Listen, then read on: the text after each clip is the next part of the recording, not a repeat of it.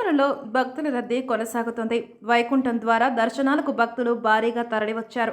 గడిచిన 6 రోజుల్లో ఏకంగా 4 లక్షలకు పైగా భక్తులు స్వామివారిని దర్శించుకున్నట్లు టీటీడీ అధికారులు చెబుతున్నారు. ఈ నెల 19 వరకు తిరుమలలో ఉత్తర ద్వార దర్శనాలు కొనసాగనున్నాయి. మొన్నటి అనుభవాన్ని దృష్టిలో పెట్టుకొని దర్శనాలకు సంబంధించి టోకెన్ల జారీ కేంద్రాల వద్ద భారీ ఏర్పాట్లు చేశారు. ఏ రోజుకి ఆ రోజు టోకెన్లు జారీ చేస్తున్నారు. ఇంకోవైపు శ్రీవారిని దర్శించుకునేందుకు భక్తులు భారీగా తరలివస్తుండటంతో తిరుమల కొండ కిటకిటలాడుతోంది. ఈ నెల 10 నుంచి వైకుంఠ ఏకాదశి సందర్భంగా ఉత్తర ద్వార దర్శనాలు ప్రారంభమయ్యాయి. ఈ నెల 19 వరకు కొనసాగనున్నాయి. వైకుంఠ ద్వార దర్శనాలకు సంబంధించి తిరుమల తిరుపతి దేవస్థానం పెద్ద ఎత్తున ప్రచారం చేసింది.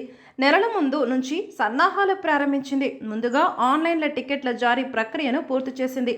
ఆఫ్లైన్కు సంబంధించి కొన్ని కేంద్రాల వద్ద టోకెన్ల జారీకి సిద్ధపడింది. అయితే తొక్కిసలాట జరగడంతో ఓ 6 భక్తులు మృతి చెందారు. పదుల సంఖ్యలో గాయపడ్డారు. ఈ నేపథ్యంలో తాజాగా టోకెన్ల జారీకి సంబంధించి పటిష్ట ఏర్పాట్లు చేశారు టీటీడీ ట్రస్ట్ బోర్డు అధికారులు. భక్తులకు ఎటువంటి ఇబ్బందులు లేకుండా టోకెన్ల జారీ ప్రక్రియను చేపడుతున్నారు. ఈ నెల 10, 11, 12 టోకెన్ల జారీకి సంబంధించి 9న అపశృతి యాక్సిడెంట్ జరిగింది. అందుకే 13వ తేదీ నుంచి 19 వరకు ఏ రోజుకు ఆ రోజు టోకెన్లు ఇచ్చేందుకు నిర్ణయించారు. ప్రస్తుతం టోకెన్ల జారీకి సంబంధించి కేంద్రాల వద్ద భక్తులు బారులు తీరుతున్నారు. క్యూలైన్లో వేచి ఉండడం కనిపిస్తోంది. ఈ నెల 18వ తేదీన వైకుంఠ ద్వార దర్శనాలకు సంబంధించి గురువారం టోకెన్లు జారీ చేస్తున్నారు. ఈ నెల 10 నుంచి 15 వరకు 6 రోజుల్లో 4.8 లక్షల మంది భక్తులు వైకుంఠ ద్వార దర్శనం చేసుకున్నట్లు టీటీడీ అధికార వర్గాలు వెల్లడించాయి. అయితే చివరి 3 రోజులు భక్తుల సంఖ్య పెరిగే అవకాశం ఉన్నట్లు టీటీడీ అధికారులు అంచనా వేస్తున్నారు. అందుకు తగిన విధంగా ఏర్పాట్లు చేస్తున్నారు.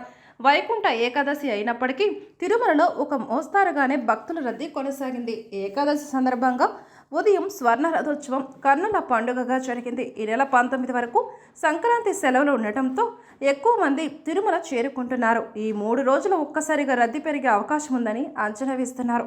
అందుకు తగ్గట్టుగా ఏర్పాట్లు చేస్తున్నారు టీటీడీ అధికారులు.